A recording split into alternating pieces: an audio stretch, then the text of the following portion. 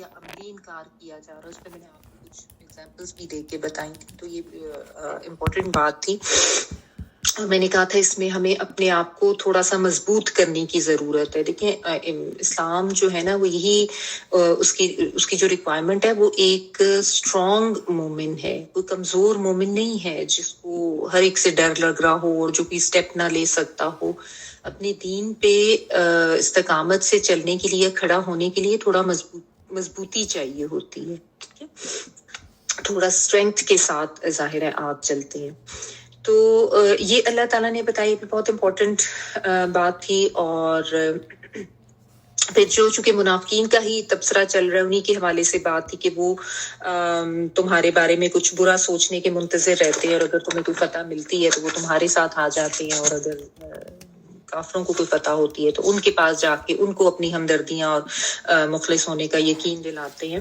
تو پھر اللہ تعالیٰ نے یہ بھی فرما دیا کہ اللہ تعالیٰ نے کافروں کو مومنوں کے اوپر کوئی سبیل، کوئی راستہ جو ہے وہ نہیں دیا. اور اس کے بھی جو میں نے 2-3 مختلف مفہوم تھے وہ آپ کو بتا دیے تھے کہ یہ دلیل کے اعتبار سے بھی ہے کہ کفر جو ہے اس کی کوئی دلیل نہیں ہے، تو کافروں کو کوئی دلیل کے اعتبار سے کوئی غلبہ حاصل نہیں ہے مومنوں کے اوپر.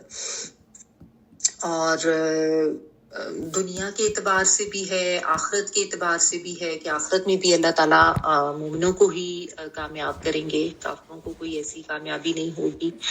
اور اس میں پھر یہ بھی بات یاد رکھیں آپ کہ جب اس طریقے سے بات ہوتی ہے نا تو ایک کلیکٹیو لیول پر، بڑے لیول پر بات ہوتی ہے، کوئی ایک ایکسیپشن کے حوالے سے بات نہیں ہوتی. یعنی جس طرح آپ میں سے کوئی یہ نہ سوچے کہ جو فلسطین میں بھی جو کچھ ہو رہا ہے تو ایسا کیوں ہو رہا ہے. یہ تو مطلب ایک بڑے لیول کے لحاظ سے بات ہے نا. تو اور ان کے لیے ظاہر ہے ہم دعا کریں گے، دعا ہی کرنی چاہیے. بلکہ ایسا بھی نہیں سوچنا چاہیے کہ بعض لوگوں کا اللہ تعالیٰ معاف کرے، کچھ یہ بھی ہے کہ پتہ نہیں ان کے اپنے کوئی گناہ ہیں ایسے، اللہ تعالیٰ معاف کرے، اللہ تعالیٰ معاف کرے. ہم لوگ خود اتنے زیادہ گناہ گار ہیں، ایسی بات نہیں ہے. بس یہ جو قدر ہے، جو قدر اللہ کی طرف سے جو ان کے لیے لکھا گیا ہے وہ ان کے ساتھ بس اس پہ ہے. اور ہمیں نہیں پتا یقیناً جو جتنا غم اور تکلیف وہ لوگ اٹھا رہے ہیں اللہ تعالیٰ کے ہاں ان کے درجات بہت زیادہ بلند ہوں گے. لیکن یہاں پہ بات جو ہے نا وہ ایک آن دا ہول ایک بات کی جا رہی ہے کہ اس وقت بھی یہی دیکھیں اللہ تعالیٰ نے جو ہے وہ اسلام کو کا غلبہ عطا کیا اور کفر جو تھا وہ ختم ہوا. اور اینڈ پہ بھی ایسا ہی ہوگا، دنیا کے خاتمے پر بھی اور آخرت میں بھی ایسا ہی ہے کہ مسلمان ہی جو ہے وہ غالب آئیں گے. تو یہ اس حوالے سے بات ہے. اور پھر ایک اور بہت امپورٹنٹ آئی تھی جو ہم نے رکوع سٹارٹ کیا تھا کہ منافق جو ہیں وہ سمجھ ہی رہے ہوتے ہیں کہ وہ اللہ کو دھوکہ دے رہے ہیں، حالانکہ وہ خود جو ہے ایک دھوکے میں پڑے ہوئے. یعنی اللہ تعالیٰ جو ہے وہ ان کے اگینسٹ ہی اپنی طاقت استعمال کر رہے ہیں کہ وہ سمجھ یہ رہے ہیں کہ ہم تو بڑے کامیاب ہیں، لیکن ایکچولی وہ کامیاب نہیں ہے. وہ سمجھ رہی ہیں کہ شاید ہم اس طرح کی حرکتیں کر کے اللہ کو دھوکہ دے دیں گے، لیکن ظاہر ہے اللہ کو تو کوئی نہیں دھوکہ دے سکتا. اور اس میں پھر یہ بھی تھا کہ جب وہ نماز کے لیے آتے ہیں، ان کی صفت یہ بھی تھی تو وہ سستی سے آتے ہیں، کیونکہ اس وقت تو ظاہر ہے نماز کے لیے آنا سب کے لیے لازم و ملزوم تھا نا. یہ آج والا زمانہ تھوڑی ہے کہ کوئی نماز پڑھے تو بھی مسلمان ہے، نہیں پڑھے تو بھی مسلمان ہے. وہ تو ظاہر ہے باقی بہت زیادہ عملی مسلمان تھے، اور نماز تو ایک سب سے بڑا وہ ہے عملی اظہار ایمان کا. تو جب وہ اس کے لیے آتے تھے تو سستی سے آتے تھے. تو اس کے میں بھی ہم نے کافی ڈیٹیل میں دیکھی تھی چیزیں کہ ہمیں اپنے آپ میں یہ بھی چیز دیکھنی ہے اور چیک کرنی ہے. اور پھر یہ بھی کہ وہ لوگوں کو دکھانے کے لیے آتے تھے نماز کے لیے، یعنی دکھاوے کی نماز پڑھتے تھے. اور منافق جو ہے وہ کم ذکر اذکار کرتا ہے، یہ بھی ہے کہ وہ اللہ کو زیادہ یاد نہیں کرتے تھے. یہ بھی ہے. بہرحال یہاں تک ہم نے کر لیا تھا. اور پھر نماز کے حوالے سے ہم نے کافی ڈیٹیل میں اور بھی چیزیں دیکھی تھی. تو اگر کسی سے کوئی لیکچر مس ہوا ہے تو یہ جو لاسٹ والا جو ہے نا نمبر 142 یہ آپ لوگ ضرور سن لیں لیکچر کی جو ریکارڈنگ ہے. ٹھیک ہے، اچھا آگے دیکھیں. آیت نمبر 143 پڑھ رہی ہوں. مذبذبین بین ذالک لا الہ ہؤلاء ولا الہ ہؤلاء ومن یضلل اللہ فلن تجد له سبیلا. وہ تذبذب میں رہتے ہیں، نہ پورے ان کی طرف صحیح طور پر اور نہ ان کی طرف، اور جسے اللہ تعالیٰ گمراہی میں ڈال دے تو اس کے لیے کوئی راہ نہ پائے گے۔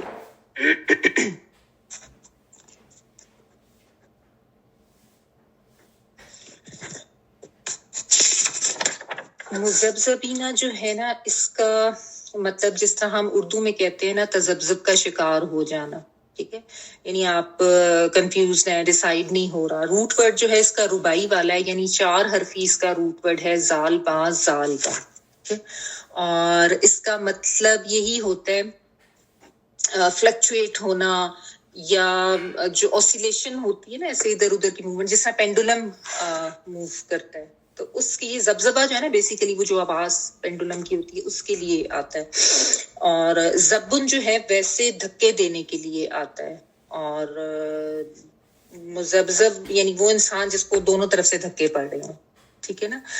اور ذباب جو ہے نا، وہ ذباب اسی سے ہی ہے، مکھی کو بھی کہتے ہیں، تو مکھی کا بھی یہ ہوتا ہے نا، کبھی ادھر اڑتی ہے کبھی ادھر اڑتی ہے، ادھر ادھر اڑی ہوتی ہے، ٹکتی نہیں ہے، تو اس سے ہے۔ تو مذبذبینہ تذبذب میں ہے، بینہ درمیان، ذالکہ اس کے، لا نہیں، الا طرف، ہا الائی ان لوگوں کے، ولا اور نہ، الا طرف، ہا الائی ان لوگوں کی۔ ہا الائی جو ہے نا، یہ اشارے کے لیے، ٹھیک ہے نا، ان کے لیے یا ان کے لیے، یعنی نہ ایک گروپ میں ہوتے ہیں نہ دوسرے گروپ میں ہوتے ہیں، یہ بیسیکلی ان کی جو وہی جو منافقت ہے اسی کو یہاں پہ اللہ تعالیٰ اس طریقے سے بیان کریں۔ ومن اور جس کو یضلل وہ گمراہ کر دے، آتین والا یا ہے وہ کے معنوں میں، دعاد لام لام گمراہی، اللہ اللہ تعالیٰ، یعنی جس کو اللہ گمراہ کر دے، تو لن ہرگز نہیں، تجیدہ تم پاؤ گے، تم کے لیے، اور روٹ ورڈ جو ہے اس کا واو جیم دال ہے، واو آپ کو اس میں نظر نہیں آ رہا لیکن روٹ میں ہوتا ہے، اور اس کا مطلب ہوتا ہے پا لینا، لیے ہو اس کے، تو ہرگز نہیں تم پاؤ گے لیے اس کے، سبیلن کوئی راستہ، سین بانا۔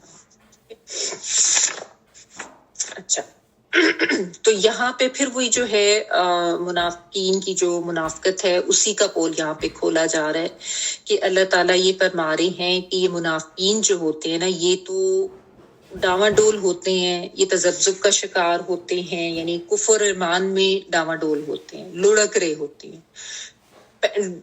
لٹکی ہوئی چیز جو ہوتی ہے نا، جو ایک طرح سے سسپینڈڈ ہو، تو یہ بھی لٹکے ہوئے ہوتے ہیں، کبھی ایک طرف ہو جاتے ہیں کبھی دوسری طرف ہو جاتے ہیں، نہ تو یہ سچے طریقے سے مومنوں کے ساتھ ہیں اور نہ صحیح طریقے سے یہ کافروں کے ساتھ ہیں، یعنی مخلص تو یہ کسی کے ساتھ بھی نہیں ہے، یہ بہت زیادہ سیلفش ہوتے ہیں، بہت زیادہ مفاد پرست ہوتے ہیں، بس اپنا فائدہ یہ دیکھتے ہیں، اپنا دنیا کا فائدہ دیکھتے ہیں جہاں سے بھی ان کو مل جائے۔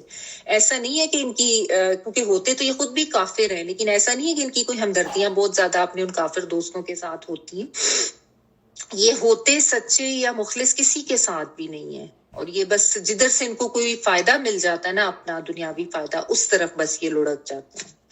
نبی صلی اللہ علیہ وسلم کی ایک حدیث میں بھی آتا ہے کہ منافق کی مثال اس بکری کی سی ہے جو 2 ریوڑوں کے درمیان جو ہے وہ متردد ہوتی ہے، کبھی ایک ریوڑ کی طرف جاتی ہے کبھی دوسرے ریوڑ کی طرف، اور نہیں جانتی کہ کس طرف کو جائے۔ بعض جو حدیث اس میں الفاظ 2 چراگاہوں کے بھی آتے ہیں، کہ جو 2 چراگاہوں میں متردد ہوتی، کبھی ایک طرف اور کبھی دوسری طرف جاتی۔ نبی صلی اللہ علیہ وسلم نے جو ہے نا اپنی حدیث میں مختلف قسم کی جو صفات ہے نا منافقین کی وہ بتائی ہیں، جس طرح ہمیں قرآن مجید میں بھی بہت سی صفات ملتی ہیں، ٹھیک ہے، نام ان کے نہیں تھے بتائے، اور تاکہ ایک تو یہ کہ ان میں سے ظاہر کوئی توبہ کا دروازہ بھی رہے اگر کوئی پلٹنا چاہتا ہے، اور مختلف حکمتیں تھی نام نہ ظاہر کرنے کی۔ کچھ ایسے بھی تھے منافقین جن کے جو کچھ رشتہ دار ایسے تھے جو بہت زیادہ مخلص مسلمان بھی تھے، تو ان کے لیے بھی ہزیمت کا باعث ہو جاتا، اور پھر یہ بھی تھا کہ پھر وہ نام ہمیشہ کے لیے ظاہر آ جاتے اگر قرآن مجید میں، تو بہرحال مختلف حکمتیں تھی، لیکن نبی صلی اللہ علیہ وسلم نے نام جو ہے وہ نہیں بتائے، صفات بتائی ہیں، تو انہی کے حوالے سے جو ہے نا ہمیں سیکھنا ہے۔ اچھا، ایک اور صحیح بخاری کی حدیث کا مفہوم ہے کہ تم قیامت کے دن اللہ تعالیٰ کے ہاں بدتر اس کو دیکھو گے جو 2 رخا ہوگا، ٹھیک ہے، یعنی جو 2 چہروں والا منافق، یعنی جو اچھا تو منافق جو ہے بس یہی ہے کہ وہ ایک بے وزن انسان ہوتا ہے، ٹھیک ہے، لڑکتا پھرتا ہے، کبھی ادھر کبھی ادھر، جس آپ کہہ لیں کہ جدھر ہوا کا رخ ہوتا ہے نا بس وہیں اڑ جاتا ہے، کیونکہ ورنہ تو جو خالص ایمان ہے اس کا تو بہت وزن ہوتا ہے نا، لیکن اس کا تو چونکہ ایمان ہوتا ہی نہیں تو اس لیے بے وزن انسان ہوتا ہے، کبھی ادھر کبھی ادھر، کوئی اس کی جو ہے وہ کسی کے ساتھ بھی نہ کوئی اخلاص ہوتا ہے کسی کے ساتھ، نہ صحیح سچی کوئی دوستی ہوتی ہے اور نہ اس میں کوئی ایمان ہوتا ہے، ٹھیک ہے نا۔ تو ایسے لوگوں کے لیے پھر گمراہی میں ہی بھٹکنا لکھ دیا جاتا ہے، جو آیت کے اینڈ پہ بات ہے نا، وَمَن يُضْلِلِ اللَّهُ فَلَن تَجِدَ لَهُ سَبِيلًا، یعنی اللہ تعالیٰ کی طرف سے جو ہدایت ہے وہ اسی کو ملتی ہے جو خود بھی کوئی طلب رکھتا ہو ہدایت کی طرف آنے کی، ٹھیک ہے، لیکن جس کی ساری خواہش ہی یہی ہے اور جس کو پسند ہی یہی ہے کہ وہ گمراہی میں ہی بھٹکے، یعنی آپ دیکھیں نا اللہ تعالیٰ کا کلام سامنے ہے، نبی صلی اللہ علیہ وآلہ وسلم کی ہدایات سامنے، اور اس وقت نبی صلی اللہ علیہ وآلہ وسلم خود موجود تھے سامنے، لیکن پھر بھی وہ حق کو چھوڑ کے باطل کی طرف جاتے تھے، وہ سچ کو چھوڑ کے جھوٹ کا انتخاب کرتے تھے، دھوکا کرتے تھے، تو پھر یہ کہ پھر اللہ تعالیٰ بھی ایسے لوگوں کو اسی طرف پھیر دیتے ہیں، اسی راستے پہ پھیر دیتے ہیں، تو ایسے لوگوں کو پھر کون ہدایت دے گا؟ وَمَن يُضْلِلِ اللَّهُ، یعنی کون پھر جس کو اللہ وَمَن يُضْلِلِ اللَّهُ جس کو اللہ گمراہ کر دے، فَلَن تَجِدَ، تو ہرگز نہیں، یہ لن کا ورڈ جو ہے نا ہرگز یعنی شدت سے انکار کے لیے آتا ہے، تم اس کے لیے پھر کوئی راستہ نہیں پا سکتے، تم کیسے اس کو ہدایت دے سکتے ہو؟ اور اللہ تعالیٰ نے ان کے لیے وہ گمراہی کا راستہ کیوں ان کے لیے آسان کیا؟ کیونکہ وہ ان کی اپنی پسند تھی۔ یہ اللہ تعالیٰ کا طریقہ کار ہے کہ اللہ تعالیٰ اس کے اوپر، اس انسان کے اوپر گمراہی کے دروازے کھول دیتے ہیں، یا اس کے لیے گمراہی پر چلنا ہی آسان کر دیتے ہیں، اور ایسے انسان کے اوپر ہدایت کے دروازے بند ہو جاتے ہیں، جو سب سمجھانے کے باوجود اور سب کچھ سامنے ہونے کے باوجود بھی خود گمراہی کی طرف جانا پسند کرتا ہے۔ آپ اس کی مثال ایسے لے لیں، جیسے دیکھیں رزق جو ہے، رزق دینا تو اللہ سبحانہ تعالیٰ کے ہی اختیار میں، اللہ تعالیٰ کا ہی کام ہے، ٹھیک ہے، سارے جو رزق کے خزانے ہیں وہ اللہ تعالیٰ کے قبض و قدرت میں ہیں، اللہ تعالیٰ ہی دیتے ہیں رزق، جس کو جتنا دینا ہوتا ہے، لیکن اللہ تعالیٰ انسان کو رزق دیتے اسی راستے سے ہیں جو راستہ انسان اپنے لیے خود چنتا ہے، یعنی جو انسان حلال راستے پر چل کے، حلال طریقوں سے کوشش کر کے اپنے لیے حلال کمائی منتخب کرتا ہے اور اسی کو اپنے لیے اہم سمجھتا ہے نا، تو اللہ تعالیٰ اس کی اس حلال کی طلب کے مطابق اس کے لیے پھر حلال رزق کے راستے آسان کرتے ہیں، ٹھیک ہے نا۔ اب اس میں آپ یہ نا کہ تھوڑی بہت ظاہر ہے کوئی مشکل آ جانا یا ٹائم ڈیلے ہو جانا، وہ تو سب کے ساتھ، لیکن جو شخص جس کو حرام ہی کھانا پسند ہو، اور وہ جو ایک جسے کہتے ہیں کہ حرام کا پیسہ منہ کو لگ جاتا ہے، اس کو تو پھر کچھ اور سوچتا ہی نہیں، اور وہ کہتا ہے کہ نہیں بس مجھے پیسہ چاہیے، چاہے میں جس طریقے سے بھی کماؤں، اور وہ پھر اس چیز یعنی جانتے بوجھتے بھی، یعنی بہت سے مسلمان بھی تو ایسے ہیں نا جو جانتے بوجھتے بھی حرام کما رہے ہوتے ہیں اور حرام کھا رہے ہوتے ہیں، تو اللہ تعالیٰ پھر اس کے لیے وہی راستہ آسان کر دیتے ہیں حرام طرف سے رزق لینے کا، حالانکہ رزق کی تقسیم تو اللہ تعالیٰ کی طرف سے ہی، لیکن یہ دیکھا جاتا ہے کہ انسان اپنی طرف سے عمل کیا کر رہا ہے، یعنی فکر اور عمل کی راہیں اللہ تعالیٰ کی طرف سے ہیں، توفیق بھی اللہ تعالیٰ دیتے ہیں، اذن بھی اللہ تعالیٰ کا ہوتا ہے، لیکن انحصار انسان کی اپنی طلب اور اپنی چاہ پر ہوتا ہے، اس کے اپنے فیصلے پر ہوتا ہے، یعنی اللہ تعالیٰ نے انسان کو حلال اور حرام بھی سمجھا دیے ہیں، صحیح اور غلط بھی سمجھا دیے ہیں، اور حق اور باطل کا فرق بھی سمجھا دیا، اس کے بعد انسان کی مرضی پہ چھوڑا گیا کہ اب وہ کیا سلیکٹ کرتا ہے اپنے لیے، اب وہ کیا چوز کرتا ہے۔ ہدایت کی طلب جو رکھتے ہیں ان کے لیے اللہ تعالیٰ اسی راستے کو موافق بناتے ہیں، اسی راستے کو آسان کرتے ہیں، وہاں پہ چلنے کے لیے ان کو توفیق دیتے ہیں، اور حرام سے اللہ تعالیٰ بچا لیتے ہیں، جبکہ اس کے باعث ورثہ جو حرام راستوں پر چلنا پسند کرتے ہیں اور حرام کو ترجیح دیتے ہیں اور نہیں سنتے اور وہ کہتے ہیں کہ بس پیسہ ہی چاہیے، تو پھر ان کو انہی راستوں کی توفیق ملتی ہے اور ان کے لیے وہی راستے آسان کیے جاتے ہیں۔ یہ اللہ تعالیٰ کا قانون ہے، ایسا ہی ہوتا ہے۔ تو جو خود طلب رکھتا ہو گمراہی پہ جانے کی اور جس کو پسند ہو کہ وہ گمراہی میں بھٹکے، یعنی اتنا کچھ سامنے آ جانے کے باوجود بھی اگر کسی نے نہیں سیکھنا تو پھر ظاہر ہے پھر اللہ تعالیٰ بھی اس کو گمراہی میں ہی ڈال دیں گے، تو پھر تم تو اس کو ہدایت پہ نہیں لا سکتے ہو، ٹھیک ہے نا۔ تو یہ یہاں پہ بتایا گیا کہ ایسے لوگ جو ہوتے ہیں وہ ڈاواں ڈول ہوتے ہیں اور بھٹک رہے ہوتے ہیں کیونکہ بے وزن ہوتے ہیں نا، ٹھیک ہے۔ تو ان کے لیے پھر گمراہی میں ہی بھٹکنا جو ہے وہ لکھ دیا جاتا ہے کیونکہ وہ خود طلب نہیں رکھتے۔ تو ہمیشہ یاد رکھیں کہ ہدایت کے طالب کو ہدایت ملتی ہے، یا جس کے اندر کوئی خیر ہوتی ہے اور وہ ڈھونڈ رہا ہوتا ہے تو اللہ تعالیٰ ایسوں کو ضرور ہدایت دے دیتے ہیں۔ لیکن جنہوں نے بالکل ہی اپنے دماغ اور سوچیں اور آنکھیں کان بالکل بند کر لی ہیں تو پھر ان کے لیے تو ہدایت نہیں۔ تو اس لیے اپنے لیے ہدایت کی دعا کرنی چاہیے، ٹھیک ہے نا۔ اور دوسرا یہ بھی کہ یہ جو تذبذب کا شکار ہوتا ہے نا، ہم بھی اکثر ایسا ہوتا ہے کہ دین کے احکامات سن بھی لیتے ہیں، ہمیں پتہ بھی چل جاتا ہے کہ یہ ہے، لیکن ہم تذبذب کا شکار رہتے ہیں۔ اچھا کریں نہ کریں، کر لیا تو پھر لوگ کیا کہیں گے، فیملی میں کیا باتیں ہوں گی، دوست کیا کہیں گے، یہ چیزیں آ جاتی ہیں نا ہمارے لیے بھی۔ تو بات یہی ہے کہ جو مومن ہے نا اس نے ایک ہی راستے پہ چلنا ہے جو ہدایت کا راستہ ہے، ٹھیک ہے۔ اب اس میں چاہے آپ کو قربانی دینی پڑے، چاہے آپ کو وہ مشکل لگے، اور ایسا ہوتا ہے، ظاہر آپ کو قربانی دینی پڑتی ہے، ظاہر آپ کو اپنے آپ پہ کنٹرول کرنا پڑتا ہے، مشکل بھی لگتا ہے، لیکن کرنا ہے، ٹھیک ہے۔ اگر تذبذب کا شکار ہوں گے تو پھر یہاں پہ دیکھ لیں، یہ تذبذب کا شکار ہو جانا ایمان اور کفر میں یہ کن کی صفت بتائی جا رہی ہے، ٹھیک ہے۔ تو ایسی صفات جو ان سے ہم نے بھی بچنا ہے، اللہ تعالیٰ ہم سب کو توفیق دے، اور اس کے لیے یہ کہ دعا بہت کرنی چاہیے۔ اور یہ بھی ہے کہ انسان کو تھوڑا سا اسٹرانگ بننا ہے، کنٹرول کرنا ہے، صبر کرنا ہے، اور لوگوں کے ڈر سے نکلنا ہے۔ ایک ہم لوگوں نے لوگوں کے دنیا کے ڈر بھی بہت زیادہ پال لیے ہوئے نا، اور اتنا زیادہ ہم ان کو اپنے اوپر سوار کر لیتے ہیں کہ ہم اس ڈر کی وجہ سے بے عمل ہو جاتے ہیں، چاہتے ہوئے بھی عمل سے پیچھے رہ جاتے ہیں۔ کئی دفعہ ایسے ہوتا ہے کہ اندر سے انسان چاہ رہا ہوتا ہے، جب اس کو پتہ چل جاتا ہے کہ اچھا اب میں اس راستے پہ چل رہا ہوں تو میں یہ عمل کر لوں، لیکن لوگوں کے ڈر کی وجہ سے جو ہے نا ہم پیچھے رہ جاتے ہیں وہ عمل کرنے سے۔ تو لوگوں کا ڈر ہونا چاہیے یا اللہ سبحانہ تعالیٰ کا ڈر ہونا چاہیے۔ اسی لیے تو بار بار اللہ کا تقوی اختیار کرو، اللہ کا تقوی اختیار کرو، یہ چیز اللہ تعالیٰ ہمیں اسی لیے بتاتے ہیں کہ لوگوں کے ڈروں کو نکالو، لوگوں کو خوش کرنا چھوڑو، اللہ کو خوش کرنا ہے، اللہ کی رضا حاصل کرنی ہے، اور اللہ سے ہی ڈرنا ہے۔ اللہ ہی کا ڈر ہمارے دل میں ہونا چاہیے کہ اللہ تعالیٰ سے پکڑ ہوگی، ہم نے آخرت میں جواب دے تو اللہ تعالیٰ کو ہونا ہے نا، اللہ کے سامنے حاضر ہونا ہے، تو پکڑ تو اللہ نہیں کرنی ہے۔ وہاں پہ ان لوگوں نے تو نہیں ہمیں بچانا، نہ ہی ہم نے ان کے سامنے آنسریبل ہونا ہے، تو ہم ان سے کیوں ڈریں، یا ان کا خوف لے کے ہم اللہ کی بات ماننے سے پیچھے کیوں رہیں۔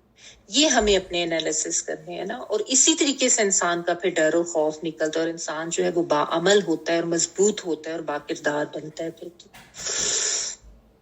تو یہ چیز ہے سمجھنے کی۔ آگے دیکھیں اگلی آیت پڑھی ہوں 144، یا ایھا الذین آمنوا لا تتخذوا الکافرین اولیاء من دون المؤمنین اتریدون ان تجعلوا للہ علیکم سلطانا مبینا۔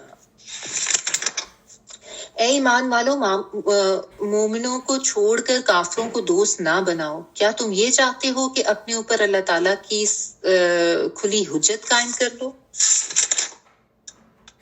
یا ایھا الذین، اے لوگو، آمنو، جو ایمان لائے ہو، لا، نہیں، تتخذوا، تم بناؤ، الکافرین، کافروں کو، اولیاء، ولی، دوست، واو لام یا یہاں پہ دوست جو ہے وہ رازدان، دلی دوست اس معنوں میں ہے۔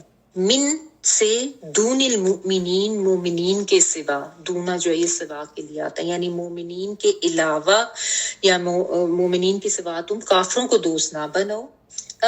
کیا، یہ حمزہ زبر جو ہے نا اس کا مطلب حرف استفہام ہے، پوچھنے کے لیے آتا ہے، کیا، تریدونا، تم چاہتے ہو، تا تم کے لیے، اور را واو دال اس کا روٹ ورڈ ہوتا ہے جو کہ چاہنے کے لیے آتا ہے، اور واو نون پلورل کے لیے ہے۔ بعض دفعہ آپ کو روٹ ورڈ والے ایگزیکٹ حرف نہیں نظر آتے، جس طرح اس کا روٹ ورڈ را واو اور دال ہے، لیکن آپ کو بیچ میں را یا اور دال ہے نظر آ رہا ہے، تو اس طرح سے بھی بعض دفعہ ہو جائے۔ اصل میں یہ جو الف واو اور یا، یہ تین حروف ہے نا، یہ ایک دوسرے کی جگہ لے لیتے ہیں، حروف علت ان کو کہتے ہیں۔ تو کئی دفعہ ایسے ہوتا ہے کہ روٹ ورڈ میں واو ہوگا لیکن ورڈ میں یا ہوگا یا الف ہوگا، یا روٹ ورڈ میں یا ہوگا ورڈ میں آپ کو نہیں نظر آ رہا ہوگا، تو بعض دفعہ مسنگ بھی ہوتے ہیں، اس طرح سے ہوتا ہے، ٹھیک ہے۔ تو یہ اس میں آپ کو کنفیوز ہونے کی ضرورت نہیں۔ کہ تجعلو تم بناؤ، تا تم کے لیے جیم عین لام بنانا، تم بناؤ، للہ لام سے لی لیے کے ہے، لیے کے لیے اللہ کے، علیکم اللہ اور کم سے مل کے بنتا ہے، علا کا مطلب ہوتا ہے اوپر، اوپر تمہارے، اور یہاں پہ جو ہے نا مطلب بیسیکلی اللہ کا مطلب بعض دفعہ خلاف کے معنوں میں بھی آتا ہے نا، تو یہ اسی سینس میں اگر آپ خلاف کے معنوں میں لیں گے تو آپ کو زیادہ سمجھ آئے گا۔ سلطانن، سلطان جو ہے یہ دلیل کے لیے آتا ہے، حجت کے لیے آتا ہے، اور مبینن جو ہے جس کا مطلب ہوتا ہے واضح، یعنی کھلی دلیل، واضح دلیل یا کھلی حجت، واضح حجت۔ تو یہاں پہ یہ وہی بات ہے جو آپ پہلے بھی پڑھ چکے ہیں کہ کافروں کو دوست نہ بناؤ مومنوں کو چھوڑ کے، یہ بھی یعنی منافقت کی علامت ہے، ٹھیک ہے، کہ مومنوں کو چھوڑ کے اگر کافروں کو دلی دوست بنایا جاتا ہے، اپنا رازدان بنایا جاتا ہے۔ یہاں پہ یہ سمجھ لینا ضروری ہے، میں نے پہلے بھی اس چیز کو بہت زیادہ ایکسپلین کیا تھا کہ یہاں پہ ایسا دوست مراد ہے جس سے آپ، یعنی جس کو آپ بہت زیادہ، جس کے قریب ہو، جو آپ کا رازدان ہو، جس سے آپ انفلوئنس ہوتے ہوں، یا ایسی دوستی جس سے آپ کے دین پہ جو ہے وہ افیکٹ ہو رہا ہو، اثر ہو رہا ہو، ٹھیک ہے نا، تو وہ والی مراد ہے۔ یہ میں نے اس لیے بھی ایکسپلین کیا تھا کہ اس کا مطلب یہ نہیں ہے کہ اب یہاں پہ ان ملکوں میں رہتے ہوئے آپ نے اپنے جو کوئی نان مسلم فرینڈس ہیں ان کے ساتھ کوئی اچھا سلوک نہیں کرنا یا ان کے ساتھ کوئی بد اخلاقی کرنی ہے، ایسا قطعاً نہیں کہا جا رہا۔ اس کو بہت زیادہ سمجھنے کی ضرورت ہے۔ اور یہ بھی جو کہ بعض لوگوں کا خیال ہے کہ یہ تو کافر ہیں تو ان کے ساتھ تو ہم دھوکہ دہی بھی کر سکتے ہیں، ان کے ساتھ جیسا مرضی چاہے سلوک کر لیں، ایسا نہیں ہے۔ انسانیت کے ناطے سب کے ساتھ اچھا سلوک کرنا، سب کے ساتھ اچھے طریقے سے رہنا، یہ تو ہمارے دین کی بنیادی ٹیچنگ ہے۔ یہ نہیں ہے کہ آپ کے نیبرز میں اگر کوئی نان مسلم آگے پیچھے رہ رہے ہیں، ان کو کوئی ضرورت پڑی ہے تو آپ ان کی مدد نہیں کر رہے، یا آپ باہر نکل کے ان کے ساتھ بے رخی سے یا بد اخلاقی سے ان کے ساتھ پیش آ رہے ہیں، یا ان کو دیکھ کے ایسے غصے کا اظہار کریں، یہ مطلب نہیں ہے، ٹھیک ہے نا۔ یہاں پہ اسی لیے اس چیز کو میں ایکسپلین کر رہی ہوں کہ اس میں کون سی دوستی مراد ہے، ٹھیک ہے۔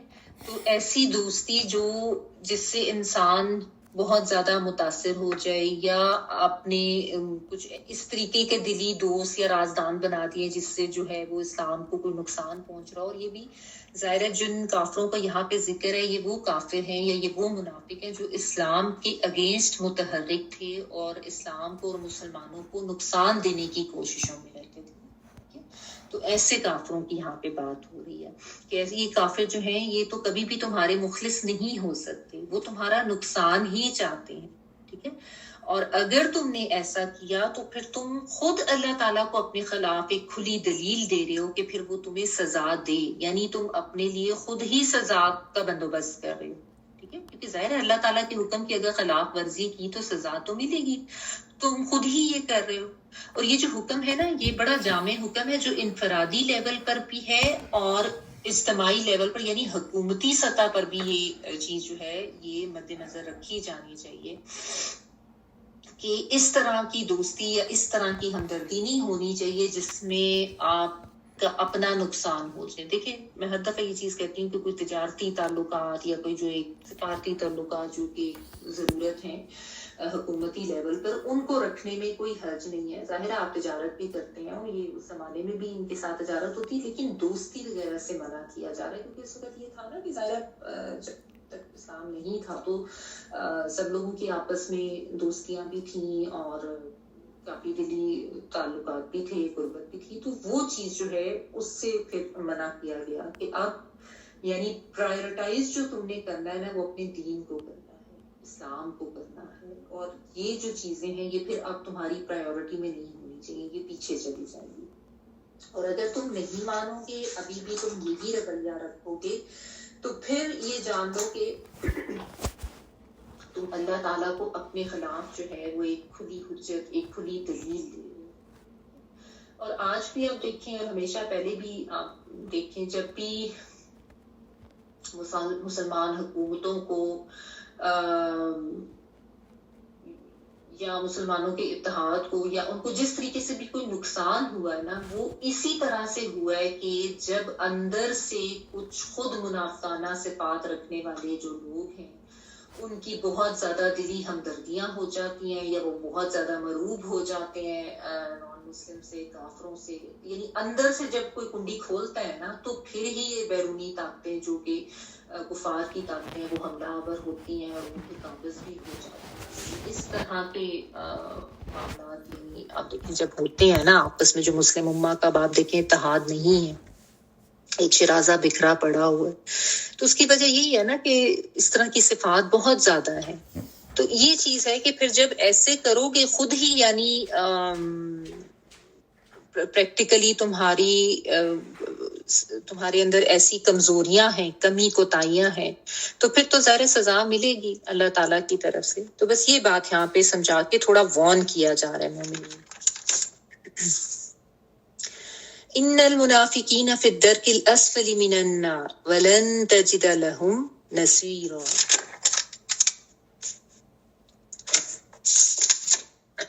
منافق تو یقیناً جہنم کے سب سے نچلے طبقے میں جائیں گے، اور ہرگز نہیں تم ان کے لیے کوئی مددگار پاؤ گے. انا بے شک المنافقین منافق لوگ فی میں کے لیے آتا ہے، اور درک الاسفل جو ہے، درک جو ہے نا دال را اور کاف اس کا روٹ ورڈ ہوتا ہے، اور یہ نیچے اترنے کے لیے آتا ہے. یعنی آپ اس کے لیے طبقہ کا ورڈ شاید آپ کے پاس لکھا ہوگا کہ سب سے نچلے طبقے میں جائیں گے. جس طرح ایک تو درج ہوتا ہے نا، دال را اور جیم، وہ اوپر جانے کے لیے آتا ہے، یعنی درجات اوپر جانے کے لیے آتا ہے، اور درک جو ہے یہ نیچے اترنے کے لیے آتا ہے. پانی میں اترنا، پانی کی گہرائی میں جانا، اس کے لیے بھی یہ آتا ہے. ٹھیک ہے، اور سمندر کی بالکل ایسے یعنی لوئسٹ اس میں چلے جانا. آپ اردو میں ہم کہتے ہیں نا کہ کسی چیز کا ادراک ہو جانا، تو وہ ادراک کب ہوتا ہے؟ وہ یہی ورڈ ہے، اسی روٹ سے ہے، دال را کاف. ادراک تب ہوتا ہے جب آپ کسی چیز کے اوپر کی بہت زیادہ گہرائی میں اتر کے اس کو سوچتے ہیں، غور و خوض کرتے ہیں، ڈیپ انڈرسٹینڈنگ لیتے ہیں، پھر آپ کو اس کا جو ہے وہ ادراک ہوتا ہے. ٹھیک ہے نا؟ تو یہ نیچے اترنا، گہرائی میں جانا، سمندر کی گہرائی اور طے کے لیے بھی یہ لفظ استعمال ہوتا ہے. ٹھیک ہے نا؟ اور پھر اگلا جو ہے الاسفل، اس کا روٹ ورڈ سین فا اور لام ہے. یہ پست یا حقیر ہونے کے لیے آتا ہے.